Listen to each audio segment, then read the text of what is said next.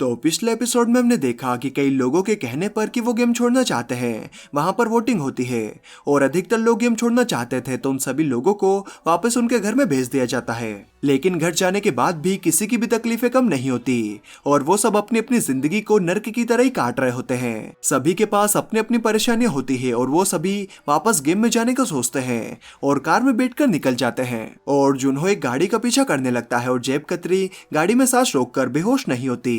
तो चलिए अब आगे बढ़ते हैं। तो एपिसोड की शुरुआत में हम देखते हैं कि एक गाड़ी का पीछा करते हुए जुन्हो एक शिप तक पहुंच जाता है और वहां पर और भी कई गाड़ियां होती है जो कि शिप के अंदर जा रही होती है। तो जुन्हो भी एक गाड़ी के नीचे लटक कर शिप में चला जाता है और फिर जब वो मास्क वाले सभी खिलाड़ियों की जांच करना शुरू करते हैं तो जुन्हो गेहूं जिस गाड़ी में होता है उस गाड़ी में घुस जाता है और जब वो मास्क वाला उसकी जांच करने आता है तो वो उसका गला दबाकर उसे मार देता है और उसके लाल कपड़े और मास्क पहनकर उसकी बॉडी में अपना वॉलेट डालकर उसे शिप से बाहर फेंक देता है। लेकिन उसे वहां पर कुछ लोग देख लेते हैं तो वो उनसे कहता है कि मेरी थोड़ी तबीयत खराब है। तो स्क्वायर शेफ वाले मास्क वाला बंदा कहता है क्या तुम रूल भूल गए हो, बिना सीनियर की इजाजत के तुम बोल नहीं सकते, चलो अब अपने केबिन में जाओ। तो यहाँ पर मैं आपको बता दूं कि ये जो स्क्वायर शेफ वाले मास्क वाले लोग हैं ये सीनियर हैं और ये जो ट्रायंगल मास्क वाले हैं ये गार्ड्स हैं और जो ओ मास्क वाले हैं ये वर्कर्स हैं। फिर वो शिप आइलैंड पर पहुंच जाती है और सभी प्लेयर्स को एक जगह पर लाया जाता है और उन सभी के कपड़े बदले जाते हैं।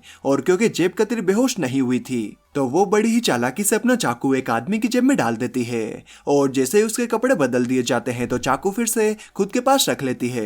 फिर गेहूं बूढ़े ताऊ को उठाता है और हम देखते हैं कि गेम में वापस 187 प्लेयर्स आ चुके हैं। फिर गेहूं वहां पर शेंग और अली से भी मिलता है और वो सब एक टीम बनाने का सोचते हैं ताकि वो एक साथ मिलकर एक दूसरे की मदद से गेम में टिके रहें। तो अली, गेहूं, शेंग और ताऊ एक टीम में हो जाते हैं और हम देखते हैं कि कई और लोगों ने भी अपनी अपनी टीम बना ली होती है और जेंग भी अपनी टीम बनाकर जेब कतरी के पास आता है और उसे भी अपनी टीम में आने का ऑफर देता है। लेकिन वो उसकी टीम में नहीं जाती और उसे साफ मना कर देती है। फिर हम देखते हैं कि एक आदमी उनके बॉस को आकर बताता है कि कितने प्लेयर्स वापस आ चुके हैं और बॉस कहता है कि जो प्लेयर वापस नहीं आए उन सभी पर नजर रखना। फिर सभी प्लेयर्स को खाना दिया जाता है और खाना खाते हुए गेहूं और बाकी सभी सोच रहे होते हैं कि उनका अगला गेम कौन सा हो सकता है। फिर सभी ओ मास्क वाले जो वर्कर होते हैं उन सभी की ड्यूटी खत्म हो जाती है और वो सभी अपने अपने रूम में जाने लगते हैं और जुन्हो भी उस रूम में चला जाता है जिसकी चाबी उसके पास होती है। और वहां पर रूम में 3 रूल्स लिखे होते हैं।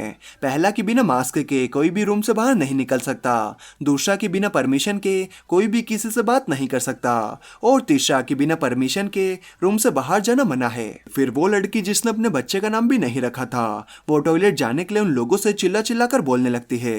तो वो कहते हैं कि टाइम खत्म होने के बाद कोई भी रूम से बाहर नहीं जा सकता। लेकिन वो औरत उन्हें परेशान करती रहती है तो वो गेट खोल देते हैं और जेब कतरी भी आकर कहती है कि मुझे भी टॉयलेट जाना है। फिर वो दोनों टॉयलेट में आ जाते हैं और हम देखते हैं कि ये औरत अपने साथ सिगरेट छुपाकर लाई थी और टॉयलेट में बैठकर आराम से सिगरेट पीने लगती है। और जेब कतरी वहां पर आती है और टॉयलेट के ऊपर वेंटिलेटर में घुस जाती है ताकि वो देख सके कि वहां पर क्या चल रहा है। और वो देखती है कि कई वर्कर्स चीनी पिघला रहे होते हैं और दूसरी तरफ गार्ड हैन को टॉयलेट से जल्दी से बाहर निकलने के लिए कहता है। तो वो नाटक नौटंकी करने लगती है ताकि गार्ड जेब कतरी के आने से पहले अंदर ना आ जाए। लेकिन थोड़ी देर में ही गार्ड अंदर आ जाता है और जब तक जेब कतरी भी वहां पर आ जाती है। फिर हैन जेब कतरी से पूछती है कि तुमने वहां पर क्या देखा और ये बात सेंग भी सुन लेता है। फिर हम देखते हैं कि जुन्हो लाइट बंद होने के बाद अपना फोन निकालता है लेकिन उसमें नेटवर्क नहीं होते तो वो अपने फोन में इस जगह के बारे में सब कुछ लिख लेता है। फिर सुबह सभी वर्कर्स के साथ जुन्हो भी अपने रूम से बाहर निकलता है और जेब कतरी हान को बताती है कि वो लोग चीनी पिघला रहे थे और सभी लोगों को नाश्ता दिया जाता है और बताया जाता है कि जल्दी ही दूसरा गेम भी स्टार्ट होने वाला है। और हम देखते हैं कि एक आदमी को उसके नाश्ते के अंदर एक चिट्ठी मिलती है जिसके अंदर लिखा होता है कि अगले गेम में क्या होने वाला है, मतलब कोई उसकी मदद कर रहा है। फिर प्लेग्राउंड में जाते हुए शेंग जेब कतरी से पूछता है कि तुमने क्या देखा था, मैंने तुम्हें रात को बातें करते हुए सुना था, अगर तुम मुझे बताओ तो शायद मैं गेस कर पाऊं कि अगले गेम में क्या होने वाला है। तो वो शेंग को बताती है कि उसने उनको चीनी पिघलाते हुए देखा था और प्लेग्राउंड में आकर शेंग को समझ में आ जाता है कि गेम में क्या होने वाला है। गेम में उन्हें कुछ शेप्स दिए जाएंगे और उन्हें बिना उस शेप को तोड़े हुए उन्हें बाहर निकालना है। लेकिन शेंग ये बात गिहुन या किसी को भी नहीं बताता। फिर उन सभी को 4 शेफ्स में से एक शेफ चुनने के लिए कहा जाता है। तो गिहुन कहता है कि हम सभी को एक ही शेफ चुनना चाहिए और एक टीम की तरह काम करना चाहिए। तो शेंग कहता है ये बहुत खतरनाक हो सकता है, हम सभी को अलग अलग शेफ चुनना चाहिए। और क्योंकि गिहुन शेंग पर भरोसा करता है तो वो उसकी बात मान लेता है और शेंग सबसे पहले ट्रायंगल शेप चुन लेता है क्योंकि वही सबसे आसान है। और अली सर्कल चुनता है, ताऊ स्टार चुनता है और गिहुन अम्ब्रेला। और उन सभी शेप्स में से गिहुन का अम्ब्रेला शेप सबसे मुश्किल है। और शेंग एक बार गिहुन को ये बात बताने के लिए रोकता है लेकिन फिर वो उसे नहीं बताता। फिर हम देखते हैं कि सभी लोग अपने अपने शेप चुन लेते हैं और उन सभी को एक डब्बा दिया जाता है और उस डब्बे के अंदर वही शेप होता है जो उन्होंने सिलेक्ट किया था। और उन सभी को उन शेप को खोदकर बाहर निकालने के लिए 10 मिनट का टाइम दिया जाता है, लेकिन अगर शेप टूटा तो वो एलिमिनेट हो जाएंगे। और गिहुन को गेम के रूल पता चलने के बाद समझ में आ जाता है कि उसकी हालत खराब होने वाली है क्योंकि उसने सबसे मुश्किल शेप को सिलेक्ट किया है। फिर सभी लोग अपने अपने शेप्स को बाहर निकालने लगते हैं और एक आदमी का अम्ब्रेला शेप टूट जाता है तो उसे गोली मार दी जाती है। और फिर एक एक करके कई लोगों के शेप टूट जाते हैं और उन सभी लोगों को गोलियां मार दी जाती है और बॉस ये सब आराम से देख रहा होता है। फिर हम देखते हैं कि जिस आदमी को चिट्ठी मिली थी वो जेब कतरी और अली भी गेम पास कर लेते हैं। और जो लोग गेम में पास होते जाते हैं वो रूम से बाहर जाते हैं। और वहां पर जुन्हो भी ये सब देख रहा होता है कि तभी एक स्क्वायर शेप वाला सीनियर आकर उसे कहता है कि आज की तुम्हारी ड्यूटी है कि तुम एलिमिनेट हुए प्लेयर्स को यहाँ से हटाओगे, तो तुम अभी से यहाँ पर क्या कर रहे हो। तो जुनो कहता है सॉरी सर, मैं कंफ्यूज हो गया था। तो सीनियर कहता है इस बारे में हम बाद में बात करते हैं, गेम खत्म होने तक तुम यहीं पर रुकना। फिर हम देखते हैं कि जिस प्लेयर को चिट्ठी मिली थी उस प्लेयर को बाकी सभी प्लेयर से अलग जगह पर ले जाया जाता है और ऐसा क्यों हो रहा है इसका जवाब हमें आगे मिलेगा।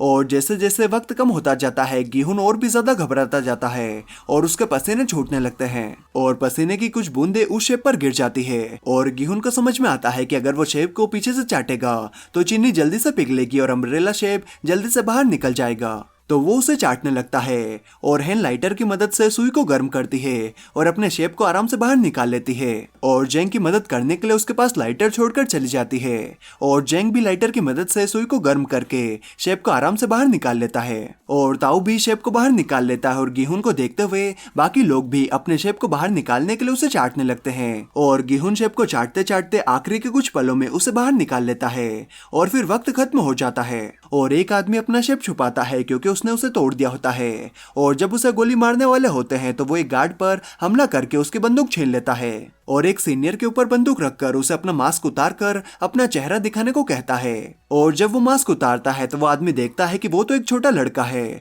और ये देखकर वो खुद को गोली मार लेता है। और फिर वहां पर बॉस आकर उस बच्चे को भी गोली मार देता है और कहता है अगर तुम्हारा चेहरा दिखाई दिया तो तुम मारे जाओगे। और बाकी सभी लोगों को भी गोली मार दी जाती है जो टाइम खत्म होने पर भी गेम खत्म नहीं कर पाते। और जुनहो सीनियर का मास्क उठा लेता है और वो बच भी जाता है क्योंकि गेम खत्म होने के बाद वो पकड़ा भी जा सकता था क्योंकि उसी बच्चे ने उससे गेम के बाद बात करने के लिए कहा था। और जुनहो वो मास्क अपने पास रख लेता है। तो आगे की स्टोरी जानने के लिए चैनल को सब्सक्राइब कर लेना और अगर वीडियो अच्छी लगी तो यार एक लाइक तो बनता है। और इस एपिसोड में आपको सबसे बढ़िया क्या लगा कमेंट करके जरूर बताना। तो चलिए मैं मिलता हूँ आपसे अगली वीडियो में, तब तक के लिए bye bye and take care.